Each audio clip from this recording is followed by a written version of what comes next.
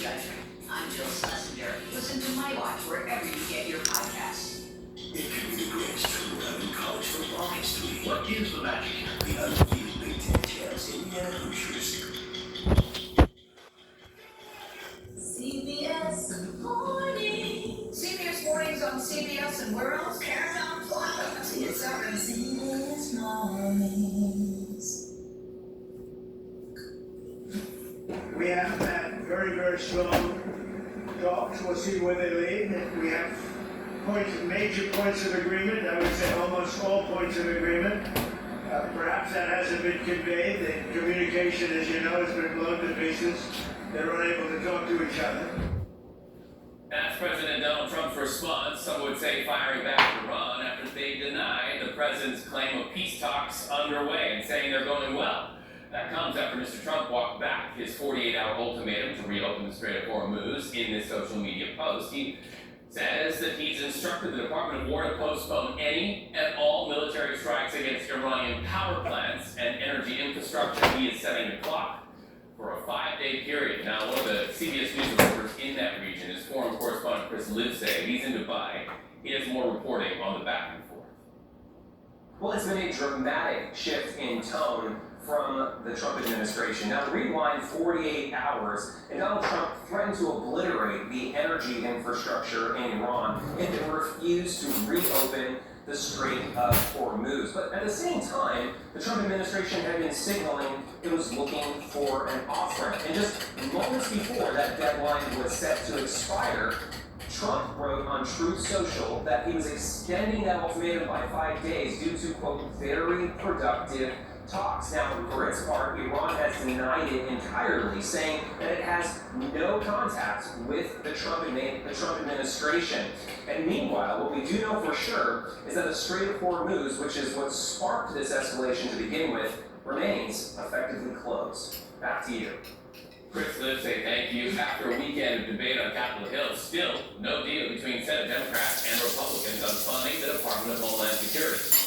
Lawmakers really feeling the heat of a furious American travel public because TSA lines, as we've been showing you, are out the door in many U.S. airports. Now you add to that, your elected representatives in the Senate go on a 2-week recess at the end of the week. CBS News congressional correspondent Torian Small is live on Capitol Hill. That's a ticking clock. You've got a recess upcoming. Is there any sign of any movement before they call it quits by Friday at 5 p.m.? Yeah, we'll see. This is truly a gut check moment for senators here as these tensions boil over at airports around the country. We'll see if Republican leader John Thune changes the calendar to account for that, to see if they can allow for more debate and negotiations around this. What we've seen happen last week, though, was a bit of progress. I won't say it will be too substantive yet, seeing as we don't necessarily know details, but the fact that Border Czar Tom Homan met with many lawmakers last week several times, including Democrats, could spell the beginning to potentially the end of this partial government shutdown. I do want to make it clear, though, that the senators coming out of those meetings weren't necessarily classifying this as negotiations. We heard from Senator Cortez Masto of Nevada. She said that this is just dialogue between the White House and Democrats, but she said that she still believes both sides are still very far apart on a resolution anytime soon. What's likely to happen this week is the continued strategy that we've seen happen over the last couple of weeks as the Republican leader will put to the floor a vote on a full DHS funding bill. Democrats will put forth their proposal, which is to fund every agency under DHS except for ICE and CBP. And if that continues, we'll continue to see a stalemate when it comes to this shutdown. We're also keeping watch on that pending vote in the Senate to confirm Mark Wayne Mullen to lead the Department of Homeland Security. What's the latest there? Yeah, Reed, what's interesting to note is we saw in the advancing vote, so the procedural vote to move forward his confirmation, 2 Democrats vote in favor. Senator John Fetterman of Pennsylvania was obviously one that we expected because considering he telegraphed this beforehand. But then we also saw Senator Heinrich of New Mexico come forth and saying, listen, he considers Mark Wayne Mullen a friend, so that's why he's ultimately voting for this. A vote for his full confirmation is set to happen this evening. But we should make note of the fact that this will likely, not only will he get approved because the numbers are there for Republicans, this will likely then ramp up those conversations around DHS. Mullen will take a pretty instrumental role in brokering that deal between Democrats. Whether or not we'll see success before the start of that recess is one that we'll all be watching. Okay, it's another busy week on Capitol Hill. Tori and Small, good to talk to you. Well, some of the worst flooding in decades ravaging Hawaii. Look at that. A new round of storms over the weekend dumped more than a foot of rain, and fast at that. As CBS News correspondent Carter Evans is about to show you the National Guard now called in to rescue drivers who are stranded in this mess. The devastation stretches for miles. Large portions of Oahu and Maui underwater after getting hit by the biggest rainstorm in 20 years. Actor Jason Momoa shared this on Instagram over the weekend. Yeah, North Shore, a lot of people have been asking how the power went off. We're safe now, so there's love and hopefully everyone's safe. On the North Shore of Oahu, members of the National Guard trudged into waist-deep water to help stranded drivers trapped by severe flooding. Nearly 200 people have been rescued from homes and cars across the state. The challenges our families are facing right now, trying to clean up, dealing with the disaster, basic infrastructure like roadways are crumbling. Several roads are washed out, and entire neighborhoods are surrounded by high water. Oh my God! This Good Samaritan in a kayak Come on, babies. rescued stranded dogs caught up to their necks in water. In Maui's Kahului Airport, it's now the wettest mark on record with about 20 inches of rain. Hawaii's governor says there have been no deaths so far, but the toll is immense. We are now beginning to contemplate the reality that this storm could cause over $1 billion of damage. CBS News. Let's go to Los Angeles, where it is going to be very warm. Another warm up in Southern California this week. Looks downright kind of humid, foggy, and hazy there in Los Angeles, Jess.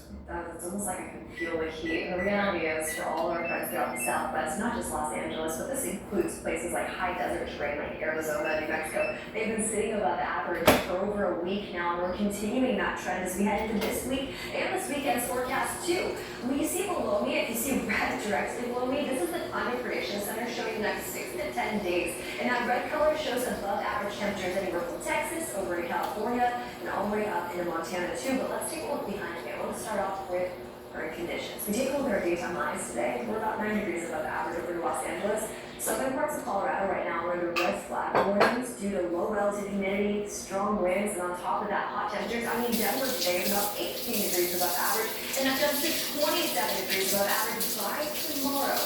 So the heat is still starting to build for our friends throughout the Rockies, the Southwest, and we're monitoring that closely, especially in places like off Los Angeles. They're going to stay above 15 degrees above average throughout the next 3 days consecutively. We're also seeing triple-digit numbers all the way down into the Four Corners too, from Arizona over to New Mexico. So this is that map that you saw below me just one more time. Throughout the next 6 to 10 days, this hot weather is going to stretch all the way across the Mississippi, pushing over to places like Kentucky and Tennessee with above average temperatures in that region too. So we're tracking this closely, but let's head back to those fire weather conditions because it's certain counties and zones on the map that we're concerned about. Southern parts of Colorado today, northern counties of Kansas, southern counties of Nebraska, they can see gusts anywhere up to around 25 to 35 miles per hour. And as relative humidity continues to drop in that mid portion of the day, that's when we see those critical fire weather conditions widespread throughout this region. So red flag warnings in effect today. More on that in a bit, Reed.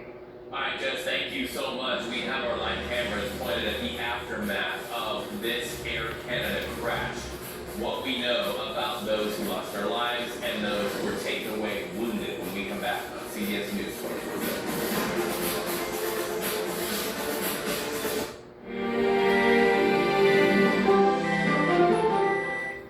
Everything South Park is streaming on Paramount Plus. Every journey, every story, every season. Everything South Park, all seasons, and more, now streaming on Paramount Plus. What are you doing? I'm trying to reach this dust. Top fan. Say, why don't you just use the Swiffer duster? We have one of those. Man, look, where did it come from? This cleans in all the really tight places and all the really hot ones so you don't have to jump. Man.